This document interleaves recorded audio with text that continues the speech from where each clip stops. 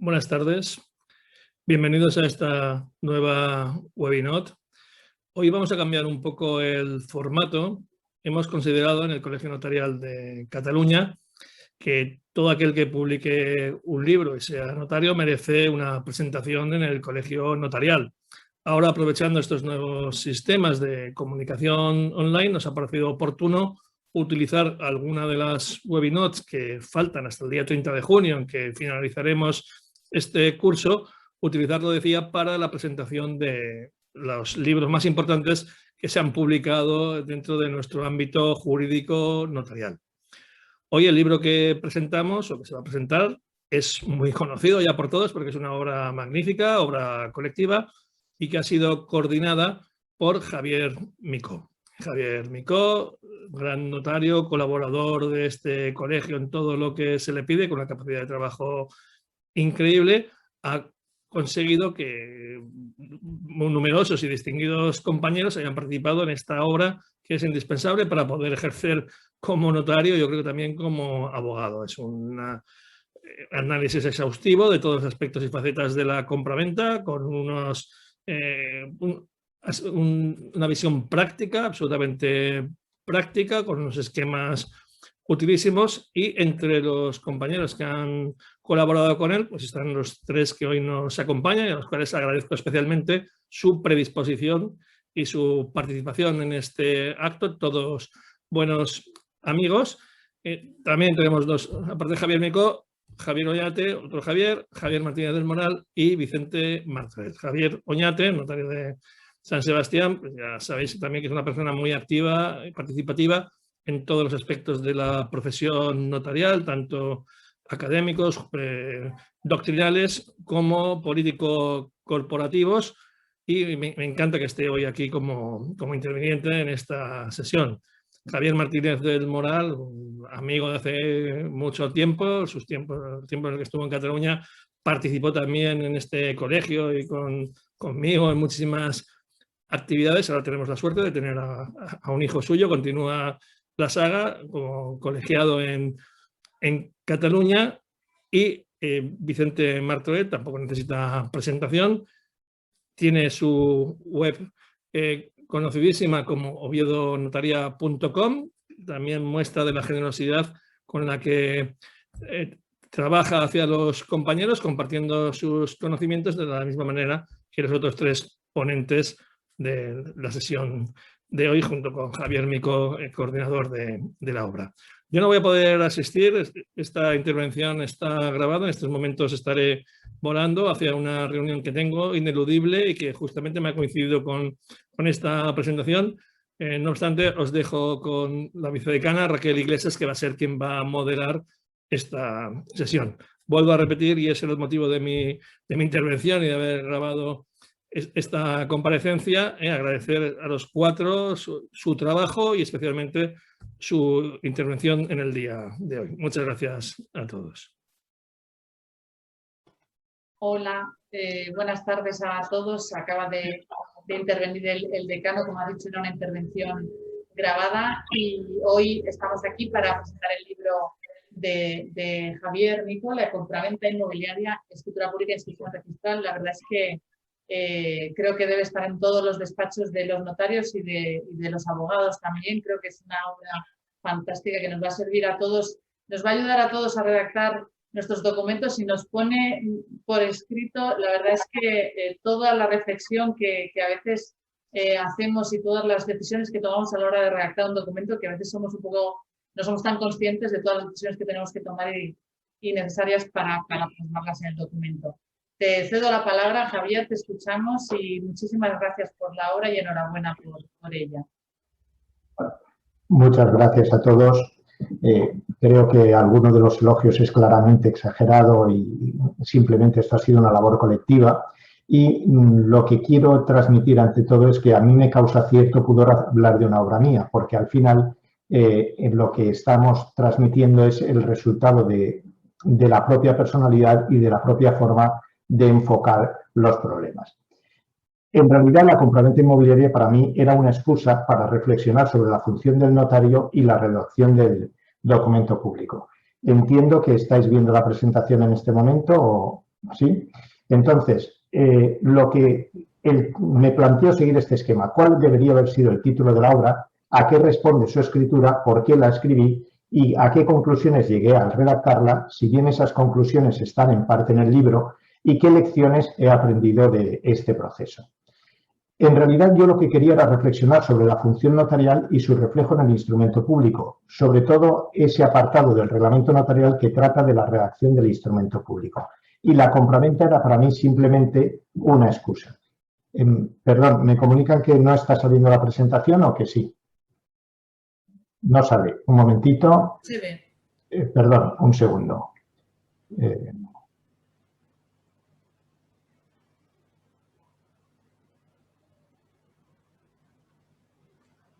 Ahora, ya está. ¿Pero entera o como...? Vale. Está toda la pantalla. Vale, Solo ahora, ya está. Vale. Entonces, la editorial decidió que vendía más que hablásemos de la compraventa más que del aspecto puramente notarial. En la estructura de la obra, yo ya tenía previsto, en un tomo primero, el estudio de la función notarial en la compraventa, tanto en el derecho común como en el catalán. Y en un tomo tercero, unas propuestas de redacción que sirven para todos los documentos públicos en cuanto a la intervención y que fueron mejoradas con aportaciones ajenas. Pero, aunque en el tomo primero colaboraron con notorio acierto Almudena Castro en materia de discapacidad y Jorge Díaz aportó también en materia de catastro, fue esencial que gracias en gran medida que Javier Oñate movió a todo el mundo, hubiera colaboradores en todas las comunidades autónomas. Y aquí está la lista de las personas a las que debemos dar las gracias porque sin ellos habría quedado la obra coja. En principio, al escribir el libro a mí me movía a pensar la función notarial, pero esa función notarial se refleja en el documento público y con la excusa del libro sexto del Código Civil de Cataluña y de las normas de 2015, a mí me parece que hay que cambiar el desarrollo del documento. Además, observaba que cada día más recibimos documentos redactados por operadores en masa que redactan por aluvión. Nadie quita un párrafo, añade y los documentos al final son incongruentes, no tienen ningún orden. En las notarías hemos asistido a una sucesión generacional donde la gente copia y pega o rellena cuadraditos, pero ya no sabe el porqué de las fórmulas. Y me preocupan las sentencias que incluso se centran para determinar la responsabilidad civil del notario en si ha subrayado un apartado o lo ha puesto en negrita. Y hay aspectos que me preocupan de esa responsabilidad. Los certificados de saldo cero, las afecciones fiscales, la responsabilidad por IBI, las situaciones concursales.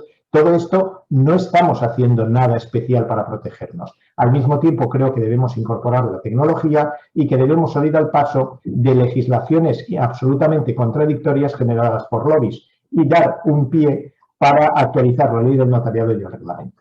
Entonces, como decía al principio, decía Yerin, las opiniones contrarias se rechazan, pero las tendencias falsas deben ser combatidas. Y hay una tendencia falsa de limitar al notario a autorizar el documento.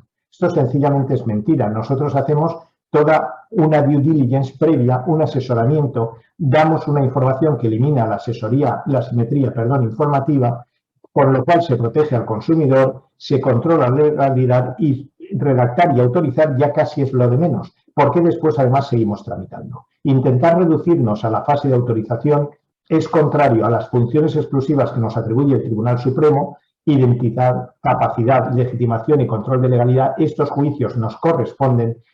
Es contraria a esa tesis de reducirnos a las funciones que nos está encomendando el reglamento de la Unión Europea, que somos o bien autoridad o ejercemos función jurisdiccional o incluso nos tildan de tribunal, y es contrario a nuevas leyes. Todo esto cada vez nos hace más incompatibles con que el documento esté sujeto a puros controles administrativos posteriores. Esa función notarial se refleja en el documento, independientemente de su medio físico o electrónico, y para reflejarla usamos fórmulas que, como decía González Palomino, una vez popularizadas entre los juristas, adquieren una fuerza e inercia. Así como difunden soluciones, mantienen errores, forman y deforman, son progreso y rutina. Y el peligro es que con leyes como el Código Civil de Cataluña de obligaciones y contratos o las modificaciones de 2015 mantengamos fórmulas antiguas que lo que hacen es no traducir correctamente la función notarial. En mi opinión, era necesario una percha donde colgar nuestros conocimientos y desarrollar las secciones. Empezando por el encabezamiento, debe quedar claro que el notario califica y esa calificación vincula, porque no es lo mismo que yo quiera declarar una obra nueva por el 28.1 o el 28.4 y no es lo mismo aquí en Cataluña que diga que es una compra de consumo, porque obligaré a que se apliquen artículos distintos. El número del protocolo me lleva a la necesidad de reflexionar que, como hacemos toda esa labor previa, lo que necesitamos es un proyecto de expedientes y gestión de expedientes, un programa. Las fechas y el lugar me llevan al problema de la competencia territorial con las nuevas realidades telemáticas y al problema de negocios en distintos momentos y lugares, que no está del todo bien resuelto, que cada vez es más frecuente y que nos debería llevar a eliminar el mandato verbal. Y, finalmente, quizá en todas las escrituras habría que determinar que somos competentes y por qué, e incluso que no somos incompatibles como criterio deontológico. La comparecencia de las partes peca un poco de obsolescencia.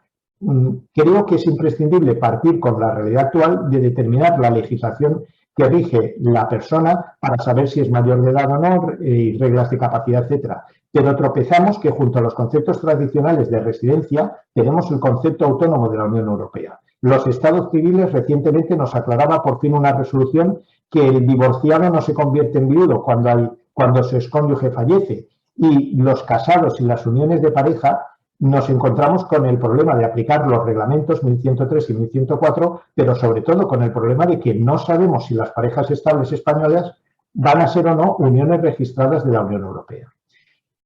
Cuando todo parece que está medianamente claro, nos resulta que el sexo, que era algo que había desaparecido del DNI, igual que la profesión, bien por blanqueo de capitales, bien porque ahora se intente respetar los derechos de los trans, vuelve a aparecer como un dato a reflejar. La identificación es una función exclusiva notarial. En este momento también nos enfrentamos al problema de qué sucede con la base de datos de documentos nacionales de identidad. ¿Dónde estamos exactamente? Porque esta identificación es básica para la fiscalidad, para determinar las personas responsables con responsabilidad pública, para el terrorismo, blanqueo y modificaciones erróneas. Pero sobre todo, como notarios, ¿tiene sentido que el manual de prevención del blanqueo nos diga que abramos ficha de cliente y que ésta no sea unificada? ¿Cada cliente va a abrir una ficha en una notaría? ¿Cómo encardinamos esto con el portal del ciudadano, con el acceso a los libros del registro y con la previsión de identificación telemática o biométrica? Con la intervención tenemos de nuevo problemas muy actuales.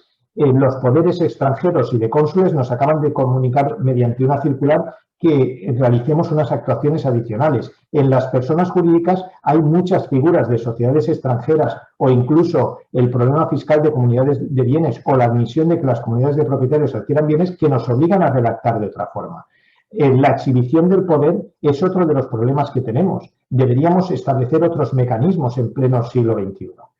Pero con todo, el juicio de legitimación de nuevo es una competencia exclusiva nuestra. Y si lo es, no le veo sentido a que no lo sea el juicio de equivalencia del poder extranjero. Debería ser también competencia exclusiva. Además, vamos más allá del registro porque evidentemente nosotros al asesorar al cliente le podemos decir que aunque pueda actuar no debería conforme al 160 o el 234 en cuanto al ámbito interno. Nos encontramos con un problema de costes de consulta del registro mercantil, por lo que se cuestiona a la gente si acudir al LibreBor o por qué no dejarnos acceder a una base de datos de los índices notariales. La consulta del registro público concursal es malísima y tenemos otro problema, el titular real, que ahora en el Real Decreto de 27 de abril de 2021 nos lo unifican y no sabemos exactamente cómo va a quedar. En cualquier caso, ¿no deberíamos ya implantar que las sociedades limitadas tengan un libro registro controlado por los notarios cada vez que hacemos una transmisión en la nube? Curiosamente, llegamos al apartado de exposición o a las estipulaciones y nadie se preocupa de determinar legislación aplicable. Esto en Cataluña es especialmente grave, porque hemos tenido el problema de la condición resolutoria interpretada en sentido contrario por la Dirección General de Derecho y Entidades Jurídicas de aquí y la Dirección General de Seguridad Jurídica estatal. Pero es que además en Cataluña hay una legislación especial de compraventa para consumidores y ha habido propuestas de modelos oficiales hace años de la OCU. Eso nos llevaría a controlar cláusulas abusivas y además genera un problema de dificultad de puntos de conexión. ¿Es posible redactar hoy las escrituras y no poner un apartado de cuál es la legislación aplicable? Cuando llegamos a la exposición de la finca no me extenderé porque lo hemos visto en otros documentos, pero nos encontramos que la escritura y el registro pueden decir cosas distintas Y como nadie aporta la escritura, se está produciendo una preterición de elementos que estaban en el título, planos, renuncias, pactos obligacionales y que ya no transcribimos.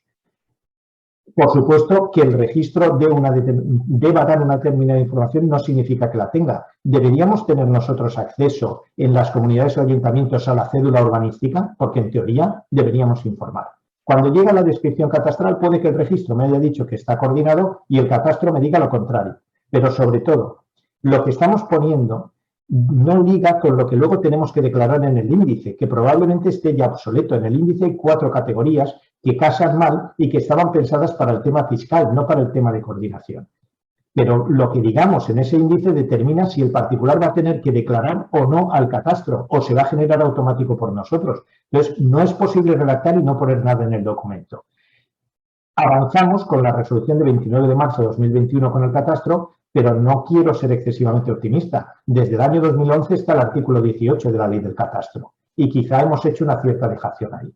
Cuando llegue la descripción real, me puedo encontrar que debe rectificar el catastro o el registro. Si es el catastro, cada vez más vamos a necesitar incluir siempre el informe de validación gráfica.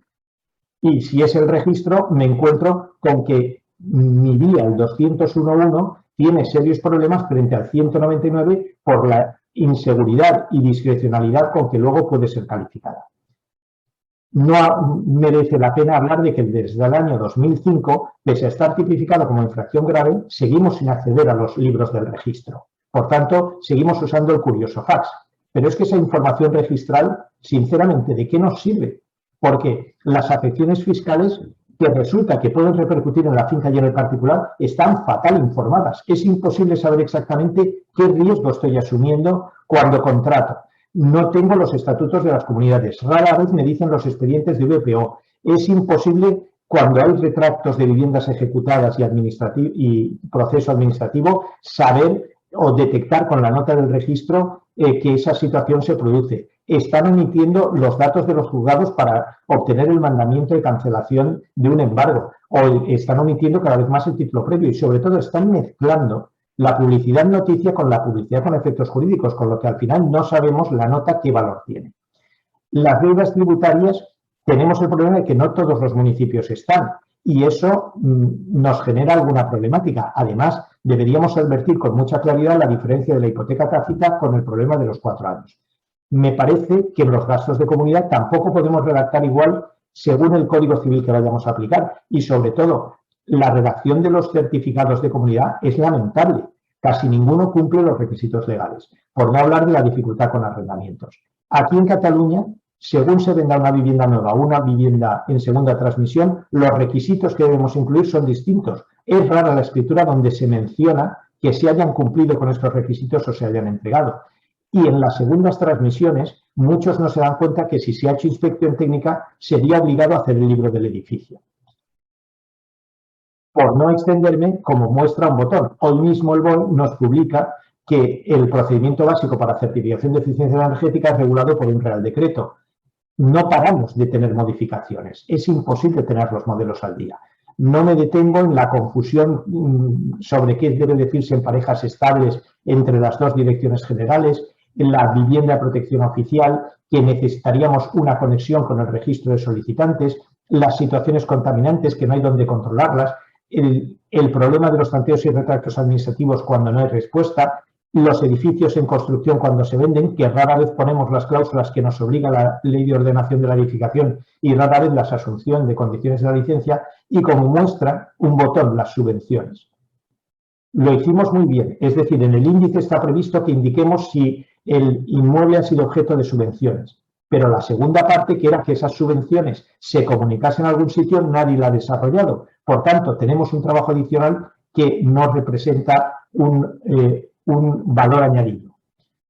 Cuando llegamos a la estipulación primera, lo mismo, no podemos redactar igual según sea la legislación aplicable. Seguimos usando el cuerpo cierto, olvidando quizá la sentencia de 2015, donde dice que solo puede ser cuerpo cierto si por lo menos has indicado correctamente los linderos, pero no informar la gente correctamente sobre el IBI del ejercicio.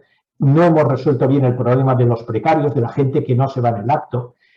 No hemos incluido cláusulas cumpliendo el Código Civil de Cataluña que obligan a aceptar el régimen de propiedad horizontal Y nos encontramos, afortunadamente, que algunos van ganando recursos sobre los bienes por confesión, o como Javier Oñate, que consigue que se respete la libertad civil, no sin padecer varias calificaciones negativas antes.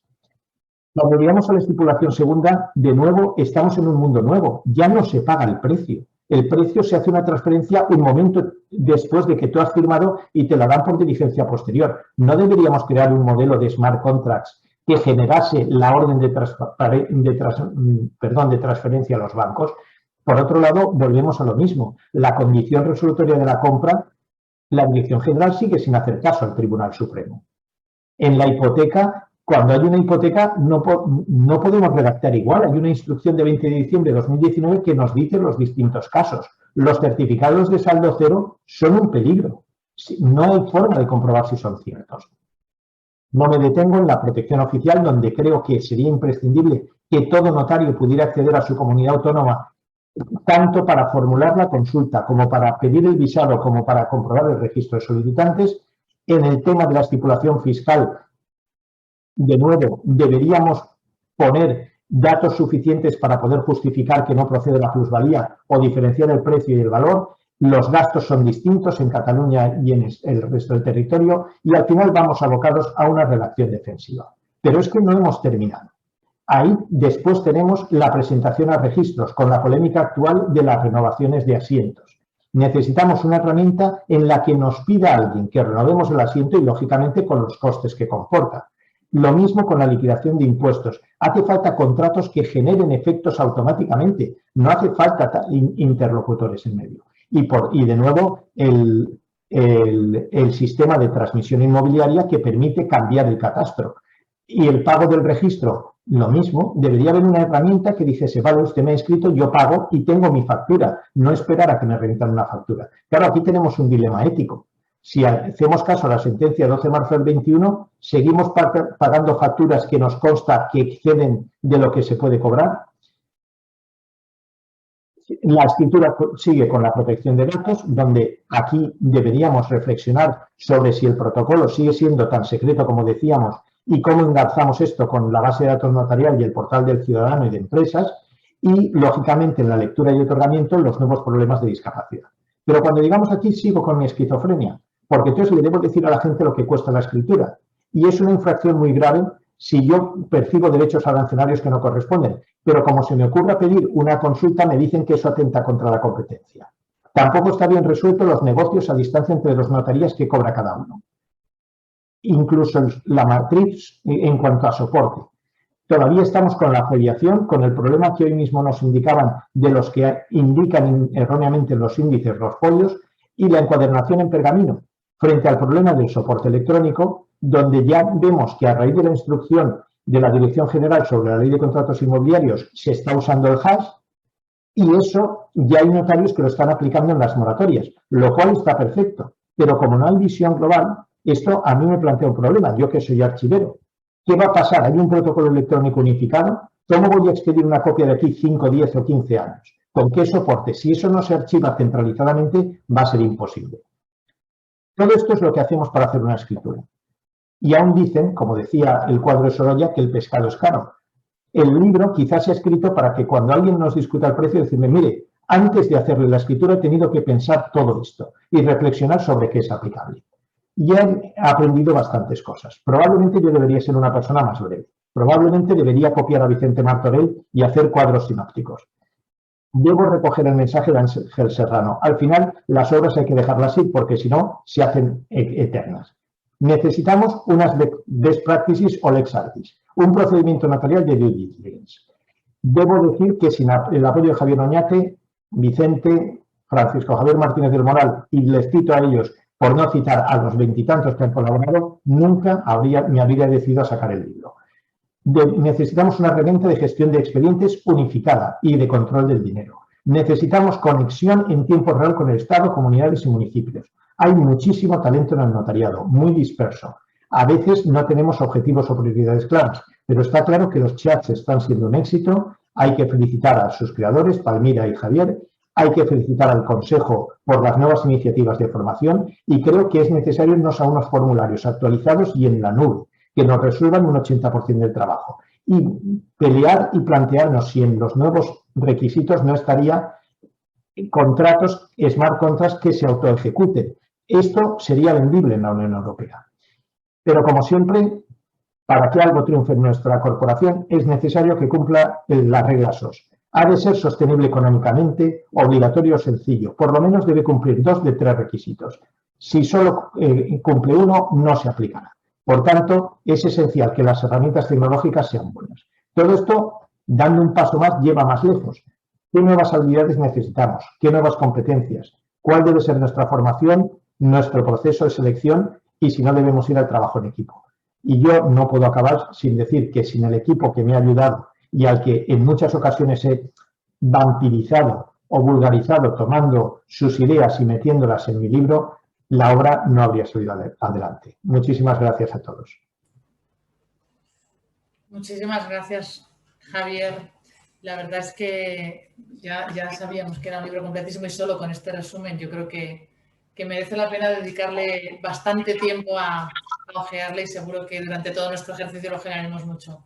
Es fantástico y es verdad, hay que agradecer a todos tus colaboradores en este libro y particularmente a los 3 que tenemos hoy con nosotros que nos van a hablar de cuestiones concretas. Voy a ceder la palabra a Vicente Martorell, notario de Oviedo, que va a hablar de cuestiones específicas de fiscalidad y de supuestos con elementos de extranjería que recogéis en este libro. Te cedo la palabra, Vicente. Muchísimas gracias. Hola, Raquel. Supongo que se me ve y se me oye. Perfecto. Sí, perfecto. Otra cosa es que se me escuche. Ante la abundancia y calidad de Javieres en esta webinar, algunos se preguntarán qué hace un Vicente, yo también. Y tal excepción puede explicarse por el mártir de mi santo y hasta de mi apellido, dado que el sufrimiento que suelen conllevar los demás a tratar, desde luego, la fiscalidad. Javier Micó ha escrito un libro que es una guía aplicada a la compra-venta, de esa due diligence que dicen los modernos, que los notarios hacemos casi siempre de manera insensible o en segundo plano a la documentación del acto o negocio jurídico. Pero hay un planeta excéntrico a la propia labor de control y documentación notarial, que es, como decía, la fiscalidad, donde la actuación notarial se mueve, según los casos, entre la simple advertencia sobre el plazo de liquidación del impuesto y la total articulación del negocio más conveniente. En medio, un asesoramiento con muy distintos grados, según lo que se dejen los otorgantes, sus propios asesores concurrentes, y también la complejidad o no de la materia misma, o antimateria, porque ya un clásico, la problemática de las extinciones de condominio, o más recientemente la de la conmutación del usufructo individual. Sin salirnos de la compraventa, la primera cuestión es impuesto sobre el valor añadido y o impuesto sobre transmisiones patrimoniales y actos jurídicos documentados. Si es IVA, la posible exención, renuncia, inversión del sujeto pasivo, así como su compatibilidad con el gravamen gradual de AJD. Si es TPO, la incidencia de la profusa legislación autonómica. Precisamente yo estoy aquí por haber aportado a la obra de Javier Micó unos cuadritos fiscales sobre Galicia, Asturias, en colaboración con Carlos Cortiñas, y Andalucía, en colaboración con Jorge Cadórniga, que son las 3 regiones en las que he ejercido. Empezando por lo más básico, el plazo de liquidación de TPO y AJD no siempre es el de 30 días hábiles del reglamento estatal. Existen muchas comunidades autónomas en que es diferente, normalmente un mes, lo cual no es lo mismo y puede dar más de un susto. De hecho, lo ha dado. No siempre resulta fácil encontrar este plazo. Por ejemplo, en Galicia ha sido objeto de reciente modificación en una simple orden de la Consellería de Facenda. En cualquier caso, recomiendo revisar las advertencias de nuestras escrituras. Y de lo pedestre a algo más elevado, al menos por el latinazo. No sé si es casualidad, pero recientemente he recibido varias consultas, alguna fructificado documentalmente, sobre el tema del negocio fiduciario en su modalidad de fiducia como amigo. A todos nos han contado alguna vez el rollo ese de meter un socio porque se necesitaban varios, compró mi hermano porque yo estaba en el extranjero o tenía problemillas, o no me lo quiere vender a mí porque estamos peleados desde hace generaciones, así que lo compra fulanito, por ejemplo. El problema viene cuando se quiere hacer la transmisión del fulanito fiduciario al titular real. Habiendo acuerdo no es problema civil, en nuestro ámbito notarial registrado lo dijo clarito la resolución de 13 de junio de 2018. Pero lo que se escondía tras esa resolución es que el afloramiento de la fiducia se produjo por elevación a público de un documento privado fiscalmente prescrito, pues algún bárbaro legitimó sus firmas.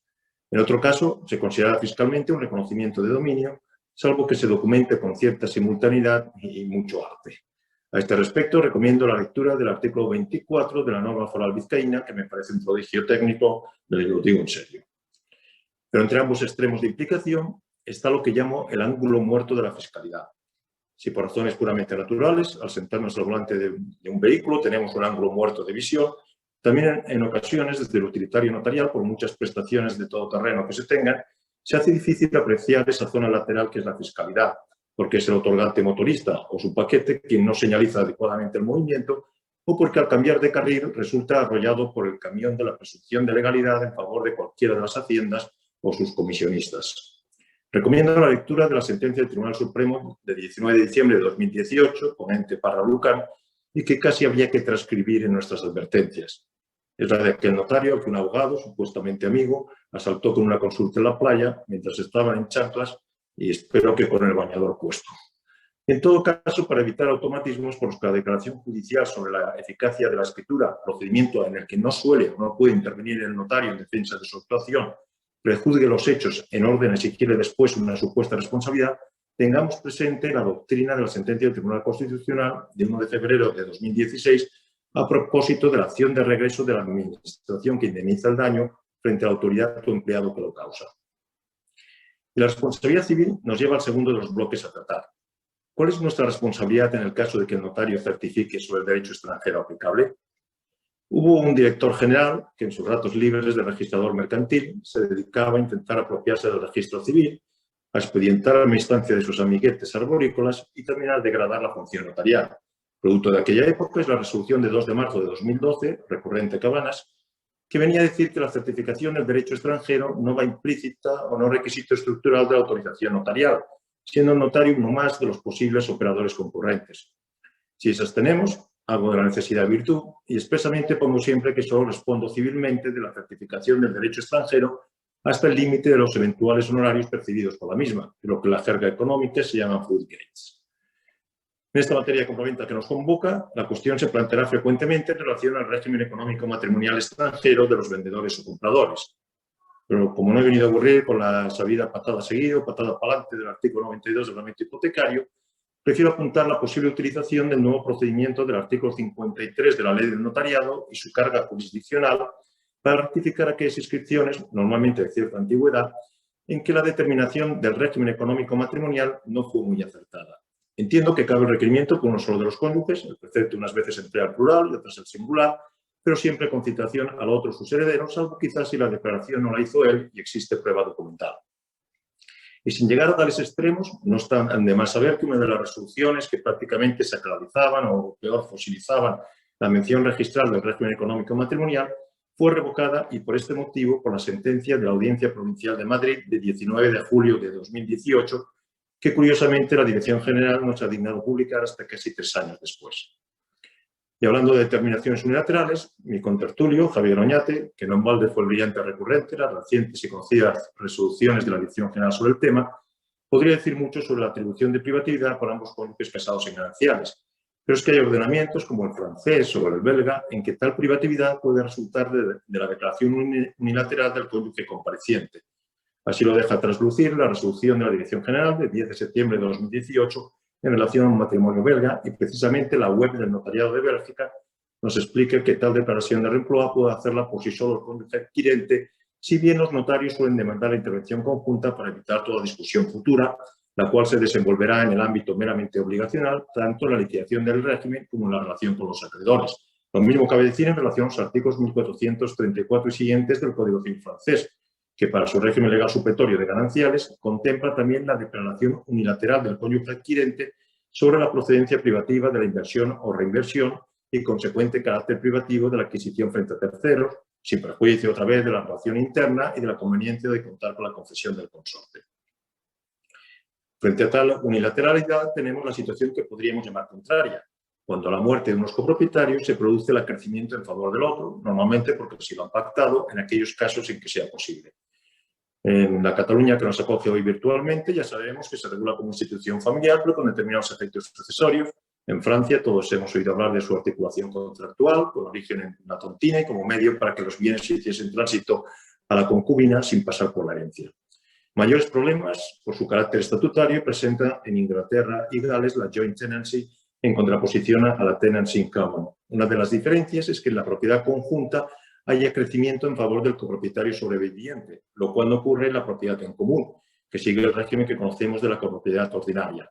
La joint tenancy, propiedad conjunta, la rara y peligrosa, para entendernos, es la regla general, salvo que se excluya y nace simplemente de que la adquisición se realice en un mismo título y la participación sea igual. Para aquellos que les está empezando a latir aceleradamente el corazón, entiendo o quiero entender que cada uno tiene sus pecadillos, que en este caso su naturaleza es real, por lo que no será de aplicación a los bienes radicantes en España por la norma de conflicto del artículo 10.1 del Código Civil. Cuestión distinta es que pueda pactarse, como puede pactarse también en el derecho español común. Lo explica muy bien su tesis doctoral Fernando García Mon, como contrato oneroso y aleatorio cuando su causa sea salvaguardar la adquisición propia y como pacto sucesorio cuando su causa sea favorecer el bienestar del superviviente. He dicho pacto sucesorio en el derecho español común. Supongo que a los mismos que antes estaban fibrillando les habrán saltado ahora las alarmas por aquello de la prohibición del artículo 1271 del Código Civil. En la resolución de 14 de junio de 2012, nuestra Dirección General, citando abundante jurisprudencia, aunque la hay también contraria, entendió que la prohibición de pactos sucesorios del artículo 1271 se refiere a los pactos sobre la universalidad de una herencia, pero no a los pactos sobre bienes concretos de titularidad actual de los causantes. Fue un pronunciamiento obiter dicta y en un tiempo en que solo los gallegos nos preocupábamos por las tremendas consecuencias fiscales de esta materia, pero ya teníamos nuestros propios mecanismos. Después los pactos sucesorios y su incidencia fiscal se pusieron de moda en otros derechos forales, especiales o como quieran llamarse. Pero es que recientemente, bajo su nueva advocación, la Dirección General ha dicho lo mismo en la resolución de 10 de marzo de 2021. De momento, un cliente mío, bajo mi asesoramiento, ya ha puesto una consulta a la Dirección General de Tributos. Y es que en mi ejercicio profesional, las inquietudes y esfuerzos creativos de cada uno los veo más motivados por la voluntad de no pagar al sheriff de Nottingham de turno que en un romántico Fallgeist. Con lo que se cierra el círculo y volvemos a la fiscalidad. Pues la primera pregunta que me hacen siempre es ¿cuánto cuesta? La segunda, ¿qué necesito? Y la tercera, salvo que sean italianos, ¿es legal? He procurado transitar por mi experiencia reciente. Para todo lo demás está el magnífico libro de Javier Micó, La compraventa inmobiliaria, escritura pública, inscripción registral, que supongo que todo el mundo ha comprado. Gracias por seguir ahí y gracias, Javier, por tu libro. Muchísimas gracias, Vicente. Muchísimas gracias por tu intervención. Y lo dicho, seguro que todo el mundo que está escuchando ya, los que no lo tienen lo van a comprar. O sea que seguro que todos los tendremos en nuestros despachos. Ahora voy a ceder la palabra a Javier Martínez del Moral, el notario de Santa Cruz de Tenerife, que nos va a hablar en concreto del procedimiento administrativo registral que se recoge en el libro que habéis colaborado. Te cedo la palabra, Javier. Muy buenas tardes. Muy buenas tardes. Colaboración, la verdad, en esta magna obra enciclopédica de Javier Micó ha sido tremendamente limitada, prácticamente a lo que es la legislación canaria y singularmente también a alguna cosa como, por ejemplo, al procedimiento administrativo registral. Lo primero que hay que plantearse es por qué es necesario en una escritura pública dejar constancia de determinadas cuestiones relativas al procedimiento administrativo registral. Para ello voy a hacer una breve introducción y es que, como todos sabemos, la escritura pública es un título de legitimación y, por tanto, de circulación que, de alguna manera, está llamada a transmitir información fiable a destinatarios públicos, a la administración, a la agencia tributaria y, singularmente, también al catastro. Pero es que, además, tiene una vocación de cognoscibilidad, tanto y singularmente de la titularidad y carga de la finca, por medio del registro de la propiedad que confiere al adquirente lo que se llama el derecho a la inscripción del título. Este derecho es un derecho reglado, en tanto su ejercicio se lleva a cabo a través de un procedimiento administrativo especial, que es el procedimiento registral, que se desarrolla a través del ejercicio de una función pública pura, que es la función registral. La estructura organizativa del registro a través de exclusivas territoriales es congruente con el ejercicio de una función pública, como acontece con la judicatura o con la inspección de Hacienda. Pero, a diferencia de estas, lo cierto es que se retribuye como si se tratara de una profesión pública y esto pues genera una serie de problemas, de inconvenientes y sobre todo de corruptela. Desde la perspectiva del análisis económico del derecho, la aplicación a una función pública pura del sistema retributivo y de los incentivos de una profesión pública es tan ilegal como ineficiente. Es ilegal porque para ejercer una profesión pública hacen falta dos requisitos. Primero, ser un profesional y segundo, ser un funcionario público. Ser un profesional implica cobrar los servicios del mercado y estar en el mercado, es decir, organizar medios materiales y humanos para prestar libremente un servicio a riesgo y ventura del profesional, pero en un entorno de competencia y de libre concurrencia. Y es necesario, en segundo lugar, como decía, desarrollar de manera inescindible, como ya nos decía Bangemann en 1989, una función pública. Si no se ejerce una función pública, estaríamos ante un profesional liberal. Y si no se está en el mercado, como ocurre con los registradores, no se ejerce una profesión pública sino una función pública. Pues bien, decía que era ineficiente porque el arancel es un mecanismo de cuasirrenta que, desde luego, la aplicación de una función pública genera múltiples problemas. Y esto probablemente sea la razón para que, salvo en Chile, que hay 6 registradores, en algún estado de Brasil, pues en ningún país del mundo establece un sistema retributivo arancelario. De hecho, el origen se encuentra en Francia y Francia abandonó este sistema el 1 de enero de 2013 para los registradores de la propiedad. Lo cierto es que de siempre hemos tenido ocasión de ver en la doctrina registralista que consideran que la virtud está en el notario y la competencia, y singularmente la competencia notarial, es una fuente de perdición. La explicación ofrecida normalmente es sacrificarse la competencia en el área de la independencia para garantizar precisamente la independencia a criterio registral.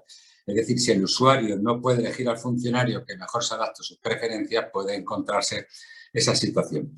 Pero lo cierto es que esto no siempre es así y hay que tener en consideración 2 cuestiones básicas. Según el registro, es una institución llamada a la protección de los terceros. Y teniendo en cuenta que no se puede elegir al registrador, lo que no tiene mucho sentido es que sea el titular registral y no esos terceros quienes tengan que sufragar los costes registrales.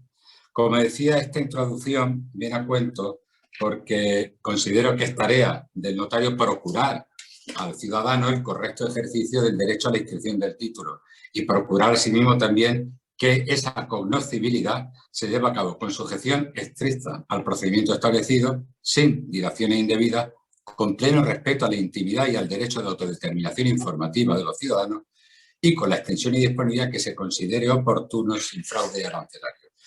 Para alcanzar este objetivo, parece necesario introducir en los instrumentos públicos la redacción de determinadas cláusulas que de alguna manera acoten o limiten esta circunstancia. Así, en primer lugar, podríamos hablar de que el procedimiento registral, salvo que exista una elección del ciudadano, es un procedimiento electrónico. Según se desarrolle en soporte papel o en soporte electrónico, las reglas de procedimiento pues son diferentes. Concretamente, el artículo 112 de la Ley 24/2001 dice que el notario debe pedir una copia autorizada electrónica, presentarla telemáticamente por Ministerio de la Ley al registro competente a través del Sistema de Información Central del Consejo General del Notariado. Y todo ello es interesante porque nos permite dejar constancia en la matriz tanto de la típica comunicación de los registradores como del asiento de presentación y de nota de despacho e inscripción. Si hay más comunicaciones, como por ejemplo relativas a calificaciones negativas o otras similares, pueden llevarse perfectamente al libro indicador. Y no está de más precisamente dejar constancia en el instrumento público esa distribución de soportes donde van a ir las distintas comunicaciones que se reciban del registro. ¿Qué se consigue con un párrafo que diga más o menos esto? Pues en primer lugar, determinar que el procedimiento electrónico tiene toda la extensión y que en consecuencia la nota de despacho debe remitir electrónicamente, algo que lamentablemente solo de forma excepcional se consigue porque hay una gran mayoría de registradores que se limitan a decir se ha inscrito pero no remiten la nota de despacho con el contenido que la misma tiene que tener. En segundo lugar, cuando se dice que el notario es presentante por el Ministerio de la Ley, se está diciendo que no emite el documento, que sencillamente lo presenta, pero ni es obligado al pago del arancel registral, ni desde luego tiene nada que ver con las vicisitudes que el mismo pueda operar, más allá de que en efecto pueda ser tramitador, pero ya no como tramitador en lege, sino porque haya un acuerdo con el titular que quiera o que de alguna manera solicite esa inscripción. También es interesante determinar además de obligatorio, cuál es la finalidad de la copia autorizada electrónica que se remite al registro. Y concretamente, esa finalidad es para lo único en que dicha copia electrónica es válida, que es para causar el asiento de presentación y posterior inscripción en el registro. Todo ello de conformidad con lo dispuesto en el artículo 17 bis de la Ley del Notariado y el artículo 124.4 del Reglamento Notarial. En su virtud,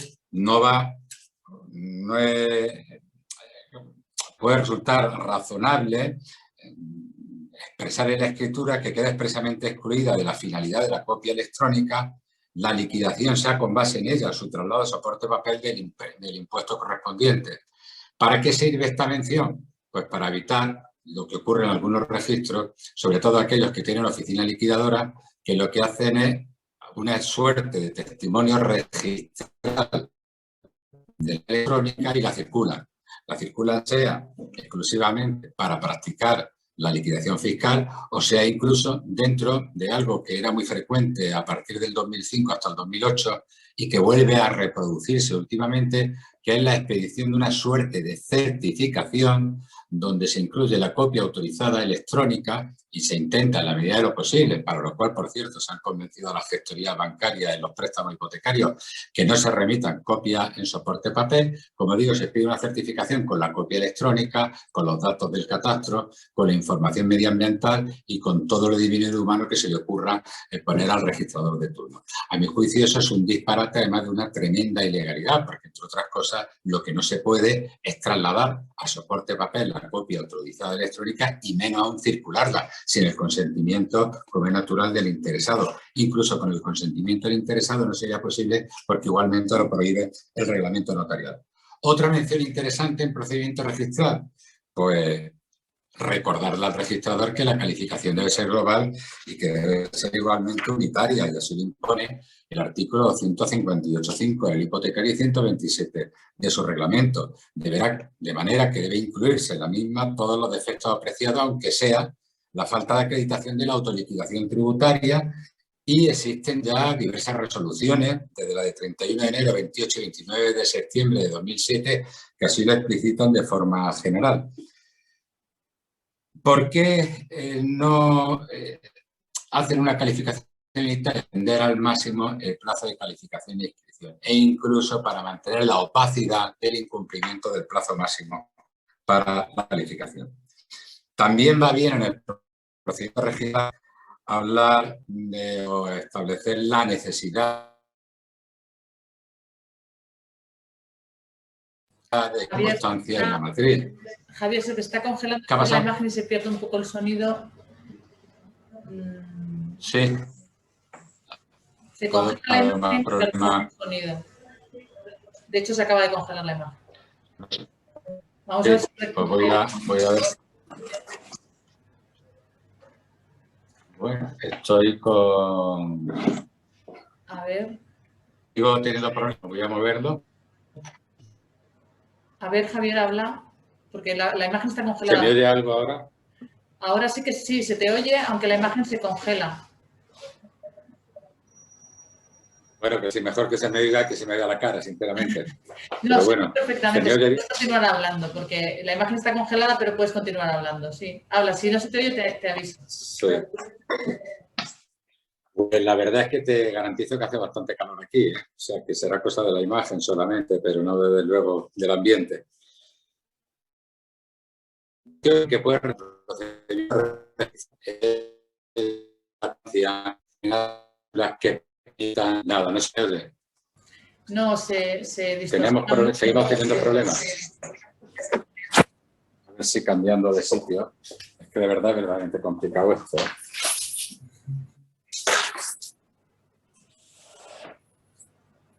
Voy a buscar una mejor ubicación.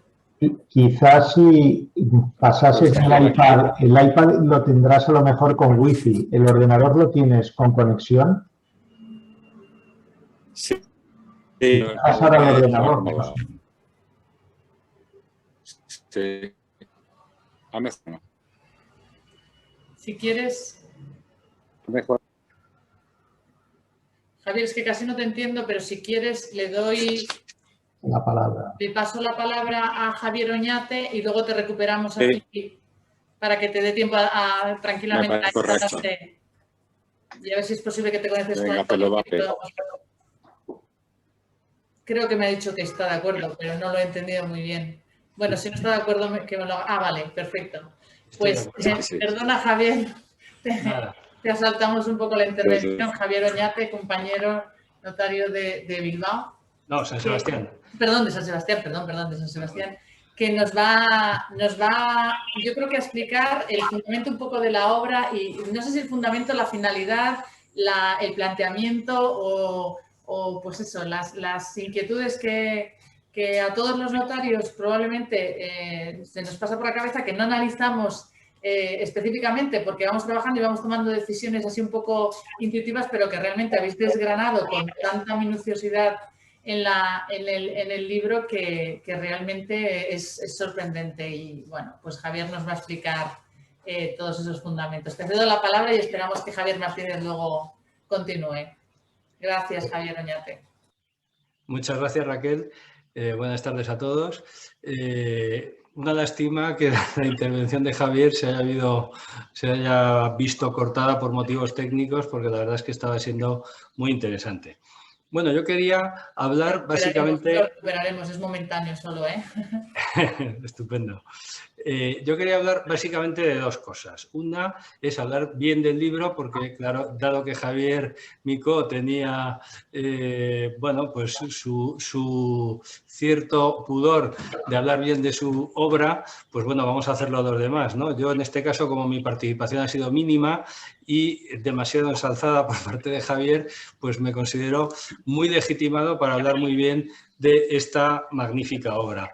En los chats, o por lo menos en el chat Vanguardia, en el que suelo intervenir más, pues yo le llamé enseguida la Biblia, ¿no? Porque me parece que es una obra realmente majestuosa, es una obra singular, es una obra especial. Yo creo que no hay nada que se parezca a esta obra y, por tanto, yo creo que esto debe ser puesto de manifiesto. Javier Micó ha dicho una cosa muy importante, que este trabajo, esta obra, es una excusa para hablar del notariado, que es de la segunda cosa que yo quiero hablar. Lo que pasa es que voy a hablar poquito, porque muchas de las cosas que pienso las ha dicho Javier Micó de una manera magnífica. Tampoco quiero aburrir a los compañeros, porque ya Vicente ha estado magnífico, hablando extraordinariamente bien, dando unos picotazos de problemas que nos encontramos hoy en día todos los días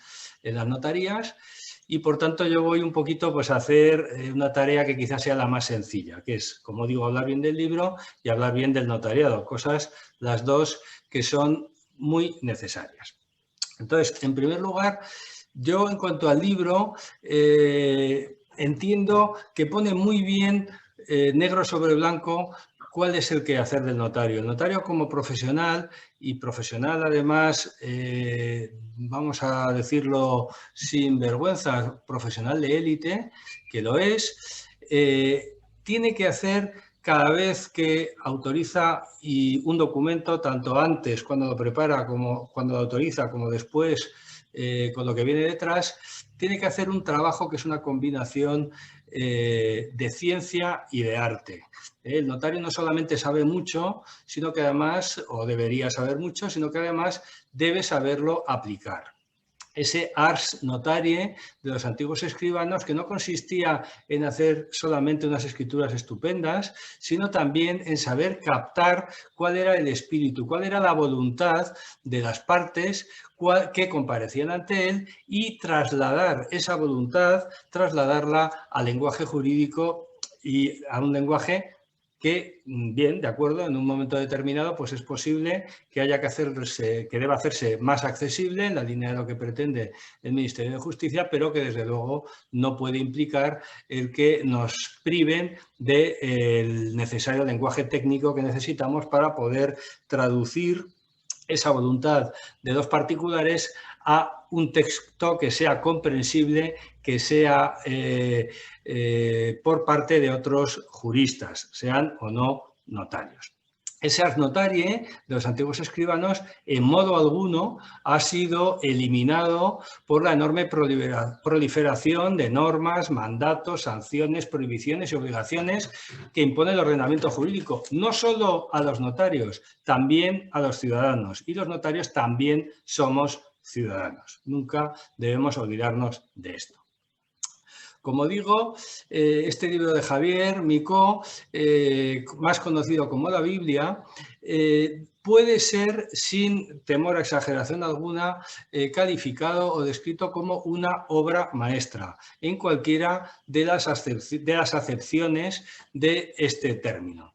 Obra maestra o magnum opus, como trabajo hecho con asombrosa habilidad o el trabajo más grande de un artista. Yo no sé si es el trabajo más grande de Javier Micó, desde luego el más extenso, al menos de los que yo conozca. La mera lectura, él dice, de las cuestiones tratadas es apabullante. La exposición que ha hecho él en su presentación, yo creo que permite no insistir más allá en este punto. Desde luego es un trabajo enorme. En segundo lugar, otra acepción de obra maestra era aquel trabajo que tenía que realizar un oficial en la Edad Media para alcanzar el grado de maestro en los gremios medievales. Claro, ¿qué ocurría en aquella época? En un principio, de lo que se trataba era de asegurar la calidad del trabajo y para poder ser admitido en un gremio, primero había que demostrar que se tenía la capacitación suficiente para ello. Si no, el profesional en cuestión, el oficial, se veía abocado a trabajar de forma asalariada para otro.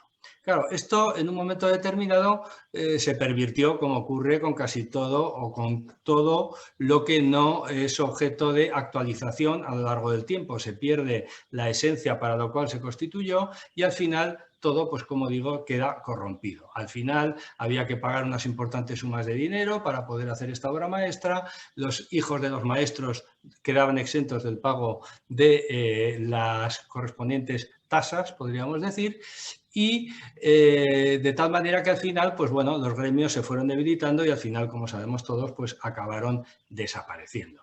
En este sentido, la obra de Javier es maestra y además es extremadamente generosa.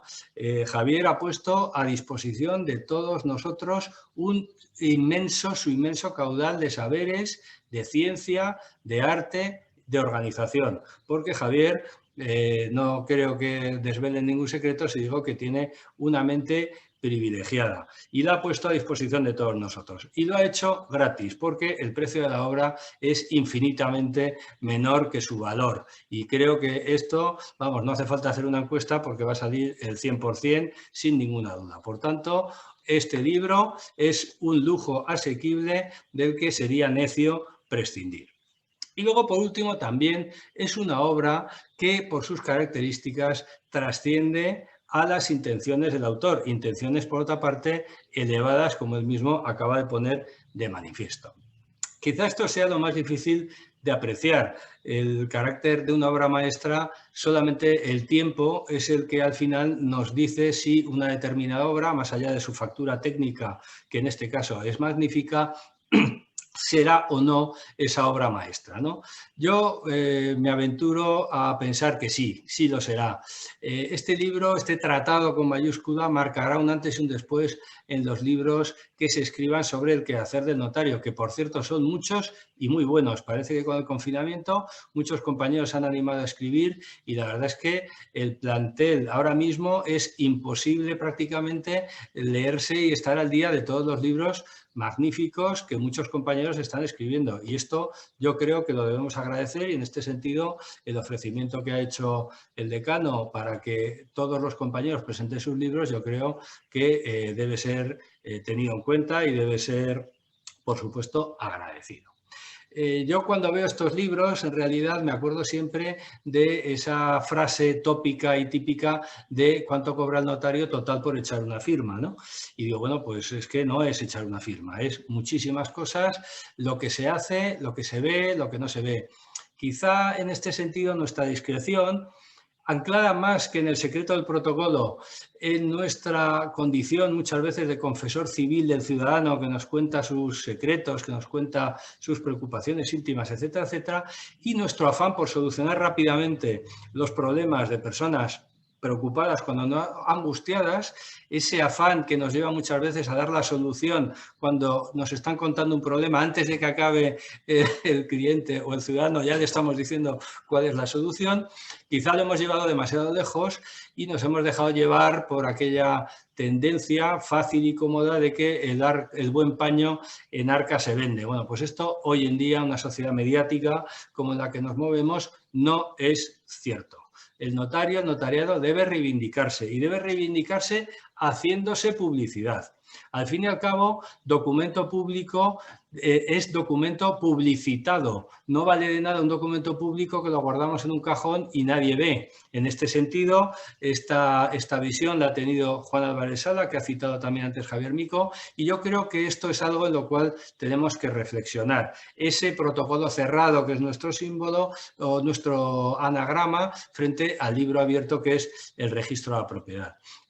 Lo que hacemos los notarios, esa combinación de saber jurídico, esa combinación de ciencia y de arte, esa combinación de rigurosidad y celo profesional con imaginación creativa. Todo esto nadie lo va a saber si no lo divulgamos los propios notarios. Y no se trata que le hagamos el artículo a nuestro cliente. Te he hecho aquí una cosa que, bueno, no se trata de eso. Se trata de que seamos capaces de una forma conjunta, colectiva, corporativa, que seamos capaces de vender qué valor añadido aporta el notario a la cadena de valor de la producción y eficacia de los documentos jurídicos. El notario, en mi opinión, y esto debería ser nuestro lema, es el profesional oficial que hace posible la libertad civil con seguridad jurídica.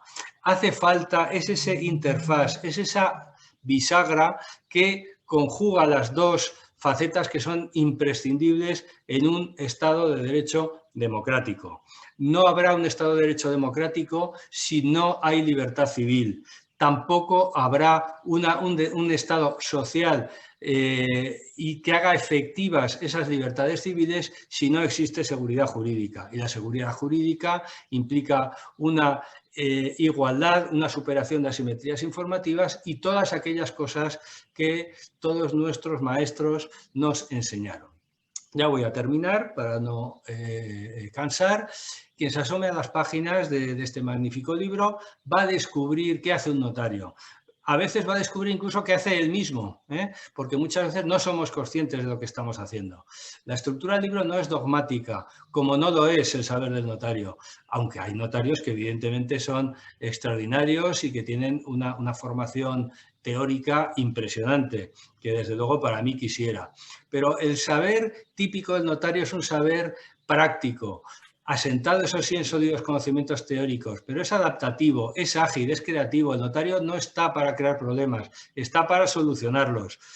Cuando alguien vea el libro va a ver cómo Javier Mico se plantea problemas, muchos de los cuales ha comentado, y recuerda y pone por escrito cómo se le ocurrió determinada idea leyendo algo que no sabe muy bien qué es lo que leyó, cómo a raíz de leer varios preceptos o varios artículos o varias opiniones que comentó por el móvil con un compañero, por correo electrónico en un chat, al final se le ocurrió una determinada solución. E incluso con esa generosidad de la que hablaba antes, alguno nos ha citado, incluso nos ha dado la palabra para que escribamos, mira, escribe unas notas sobre esto que dijiste. Bueno, y lo hemos hecho, ¿no?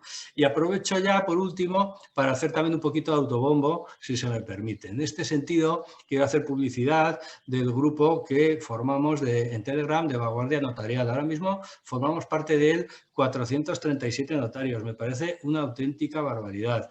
Lógicamente, siempre hay compañeros más activos, otros escriben menos, muchos lo leen, pero en ese grupo yo creo que aparte del contacto diario y que hacemos y que al final estrechamos lazos, yo creo que además, lo que es más importante es que hay un asombroso corpus documental y de saber notarial que está en ese en ese chat a disposición de todos, porque cualquiera que se dé de alta va a tener acceso al historial desde el minuto 1. Y luego también tenemos además que algún compañero como Javier Merino hace unos índices permanentemente actualizados, con lo cual facilita las búsquedas.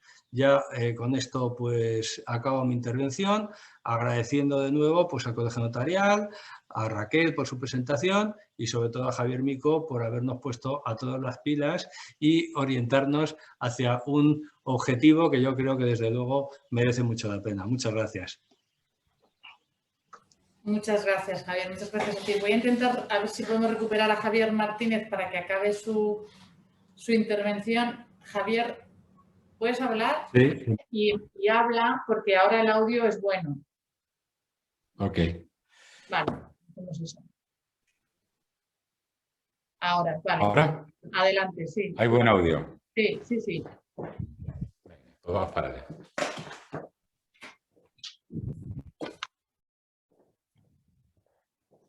Bueno, ya por tercera y última vez lo que quería era 3 cuestiones que me quedaban. El derecho de autodeterminación informativa.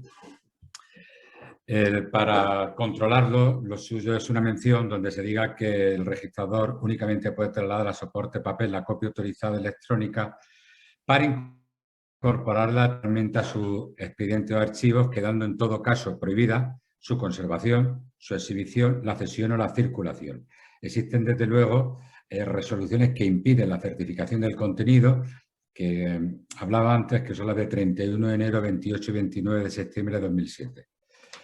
Precisamente, la segunda que quería tratar era la relativa a la conciliación y coordinación catastral, salvo que se trate de operaciones de modificación hipotecaria y de obras. En principio, la coordinación catastral registral no es obligatoria. Interesa diferenciar lo que es la conciliación catastral con la coordinación registral. La conciliación catastral es lograr la identidad entre la realidad y el catastro, y esto es una actividad notarial que se puede realizar de 2 maneras, o bien a través de la declaración de correspondencia, dejando constancia en la escritura, o bien a través del procedimiento de subsanación de discrepancias. Lo importante es que la conciliación catastral en sí misma ya produce una serie de efectos fundamentales, como es la presunción de certeza, que regula el artículo 3 de la Ley de Catastro Inmobiliario. Y aquí habría que plantearse, si el ciudadano tiene a su favor ya la presunción de certeza catastral, ¿de qué sirve una presunción de legitimación registral del artículo 38? Primera pregunta. Para eso habría que ver cuál es la extensión y la intensidad que tiene cada una de las presunciones. Mientras que la presunción de certeza tiene una extensión enorme y una intensidad global, lo cierto es que no acontece lo mismo con la presunción de legitimación del artículo 38 de la ley hipotecaria. Y no ocurre por una razón muy sencilla, porque es que el artículo 38 de la ley hipotecaria, en la presunción de legitimación, está pensando en un conflicto de titulares, pero desde luego de nada sirve una presunción para ir contra la realidad, porque la realidad es tozuda y va a imponer su criterio frente a lo que diga el registro o deje de decir en algún momento determinado. Todo esto, en consecuencia, nos lleva a pensar, ¿para qué sirve la coordinación catastral? Pues sencillamente para muy poca cosa. Y en consecuencia, ¿qué puede hacerse para lograr cuando menos una conciliación en la escritura, aunque en el registro no se logre la coordinación? Pues para eso está el artículo 172 del Reglamento Notarial, que permite completar la descripción del título con cualquier otro dato que pueda resultar congruente, aunque tales datos no tengan la vocación de inscribirse en el registro de la propiedad. Muy bien. Por último, voy a referirme a las cuestiones referentes al arancel. Como todos sabemos, el arancel está sujeto a lo que se llama el principio de tipicidad, este concepto arancelario. Uno de los problemas básicos que se encuentra el ciudadano en su relación con el registro de la propiedad ha sido lo que se ha venido a denominar técnica de arancel creativo, es decir, la creación de una serie de conceptos inexistentes en el decreto de 1989 que han llegado a multiplicar por 5, incluso por 10, los costes registrales de un título. La sentencia del Tribunal Supremo de 12 de marzo de 2021 ha venido en cierto modo a la arancelaria registral desmesurada. Básicamente decir es que tanto negocio con incidencia registral Javier, se te vuelve... se hace por algunas acciones registrales. Sigue sin oírse. Javier, te perdemos un poco de nuevo. Bueno, pues mira, vamos a dejarlo ya entonces, porque esto es que es imposible. Ya, de verdad, lo lamento mucho. Me vaya a perdonar. Esto sobre todo por Javier Micó, porque la última parte de la presentación de su libro ha quedado un poco incandescente, pero en fin, un placer al Colegio de Notarios de Cataluña, con el que tengo una gran estima y muy buenos recuerdos. Y muchas gracias a Javier Micó por su magna obra y al resto de los participantes, a Javier Oñate y a Vicente Martorell. Gracias a todos. Muchísimas gracias a ti. Una pena que tengamos problemas, pero bueno, este es el riesgo que corremos al realizar eventos de este tipo. Y nada, es la excusa para convocaros para otra en la que técnicamente hayamos mejorado un poquito. Y bueno, son las 9 menos cuarto. Abrimos un turno de preguntas por si alguien quiere comentar algo, preguntaros algo brevemente. Los que estáis conectados podéis enviar mensajes o podéis levantar la mano. Si hay alguien que quiere preguntarle algo a Javier o a sus colaboradores de lujo que tenemos aquí, pues ahora es el momento.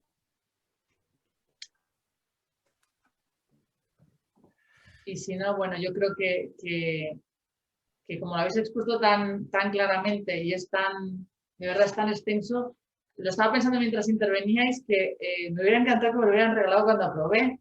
Llevas no sé cuántos años de retraso en escribirlo, Javier, y creo que es una obra esencial que nos hubiera, bueno, si hubiera sido hace 20 años, de verdad que nos hubiera ayudado muchísimo a todos. O sea, que la tenemos ahora a nuestra disposición, espero que la aprovechemos, que mejoremos todos mucho en la calidad del contenido de nuestros documentos y aprendamos entre todos. De verdad, muchísimas gracias a ti y a tus colaboradores, que ya digo, has elegido a los mejores, o sea que es una gran obra que espero que mucha gente disfrute.